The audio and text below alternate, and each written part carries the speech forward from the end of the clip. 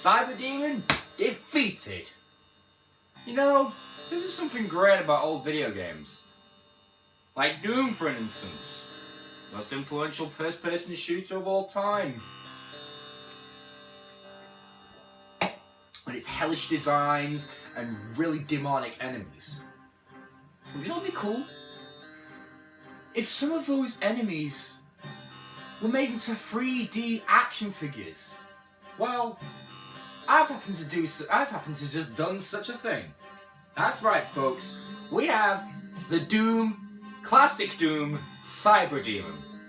Let's take a closer look at this guy. Hello, it's the Archangel here.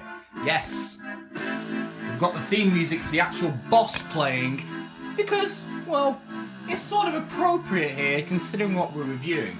You already got a glimpse of it in the intro, so let's get on to the figure itself. Ladies and gentlemen, Doom Nutters, I present Doom 2 Cyberdemon. Hold on, let me just elevate the camera with something. Because this is a big figure. Aha! This should do the trick. Just give me 1 second. There he is lying down.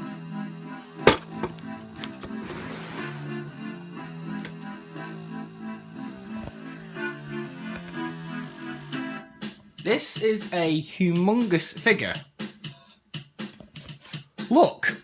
I'm sitting on 2 cans of Fanta and a flipping small safe. And that only reaches his head.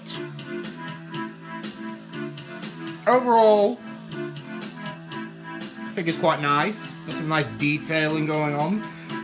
As you can see, let's look at the head sculpt. So we'll just focus here on his head. You can see, you got the horns, the teeth, the red around the mouth, the red eyes, a little bit of brown around the eyes. All the lines are painted just to kind of bring them out more. His horns are black, as they should be. Got all the appropriate linings, the silver, which is spray painted. His gun, I spray painted him bits of him silver, and then painted over. The red wires in his torso, the red wires on the legs, which use a new joint system. Ratcheted legs and feet. More wires, which when bent back they flex. Like that. So his legs can bend. And his elbow, that just does that. I'll show why that's glued like that in a minute. Okay, so here's the front. There's some little bit of grey in there, just kind of break up the silver. And he's got a black in the inside of the barrel. Again, this is hand sculpted, so the barrel's not perfectly straight. It's a little bit squishy. But it's a handmade thing, so, you know, it's not going to be perfect. I'm not the best sculptor out there, but, you know, I tried my best. That's got to count for something. And this guy is not just clay and wood and plastic. He actually has metal in him. And the metal is pewter, which is an alloy. Don't know what it's made from, but it's basically a cheap poor man's gold. It is heavy but soft, like high carat gold. So this hand was cast in pewter, and then I bent the fingers with pliers. As you can probably see, you can see a little bit of the silver in there. That must have been a casting defect. And inside of the feet are silver as well, because when I originally cast them, they were, well, too small. And these are where the air holes came out of. I had to cut them off and sand them down. Now, unfortunately, despite how good this figure looks, he has one major problem.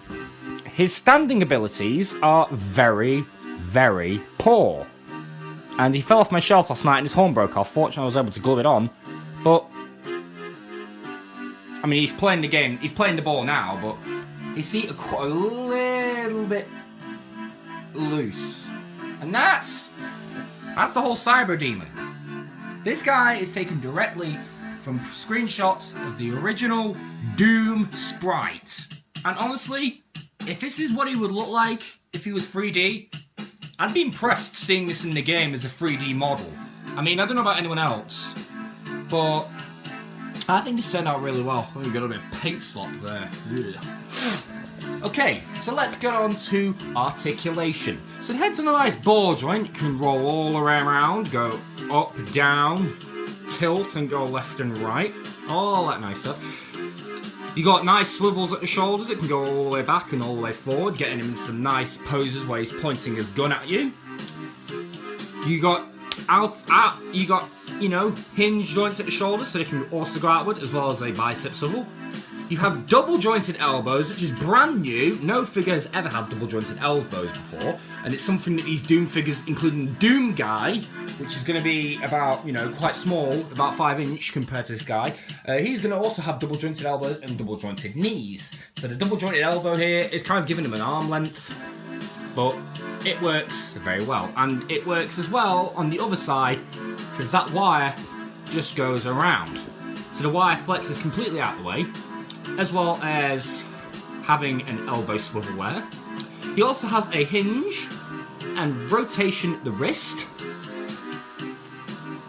He has a, if I just get his arms out of the way, he has ab crunch, as well as rotation, although it sort of brings his waist down just because of the wires. You get forwards and backwards at the legs, as well as an abs at the side. This one's a little bit loose. They're a little loose just due to the weight of the legs, but they do work.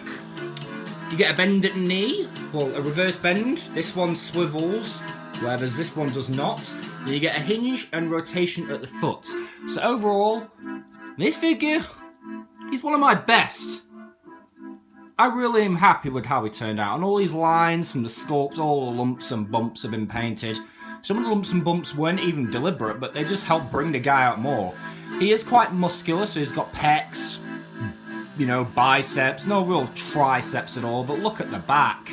Look at all the detail on the back. And again, all this is hand sculpted.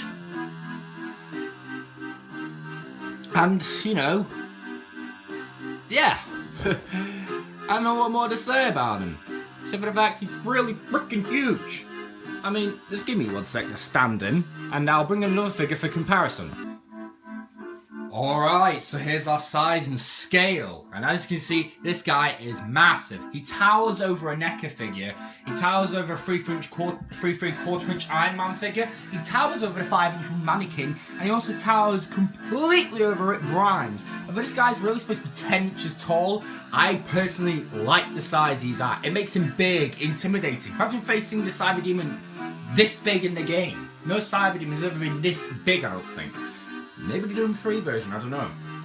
If I ever build that version, this guy will most certainly have him in a headlock. Why? Because, well, you just can't beat the originals. Let's have him pose against a few other characters. Alright, so here we have the Cyberdemon posed. He's killed the mannequin, Iron Man's firing his repulsor blast. Just imagine he is just not really much you can do with a 3¾ figure, especially when only 5 points of articulation. Rick Grimes pointing his G36, firing at him, and Wolf is even pointing his Predator pistol, firing at the Cyberdemon.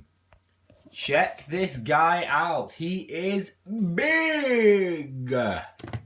He is humongous. Just look at him. Just look at him. Personally, this is one of the poses I put him in, but the problem is, he is incredibly heavy, so posing him isn't exactly what I would say is easy. He's very difficult to pose. He's, his feet are a little small because they're only hoofs. His ankles are a little bit loose, they're on the standard mannequin joints, whereas the legs are ratcheted along with the elbow. The elbow's on a ratchet and a standard mannequin joint. Head's on a standard mannequin joint and so are the shoulders, but the shoulders have a little bit of metal in them, just wrapped around those swivel points to kind of go forward and back, just to stiffen it up because of the heavy weight of the hands. So yeah, here's one quick look at the head. So, post in the comments what you guys think. This mannequin, by the way, is going to be Doom Guy. So, tell me what you guys think of him. Who you want to see next from Doom? Because I've got plenty more to come. I've got Pinky, Doom Guy, and a Baron of Hell. I've been the Archangel reviewing my custom Doom, classic Doom Cyberdemon figure. Please rate, please like, subscribe, and peace.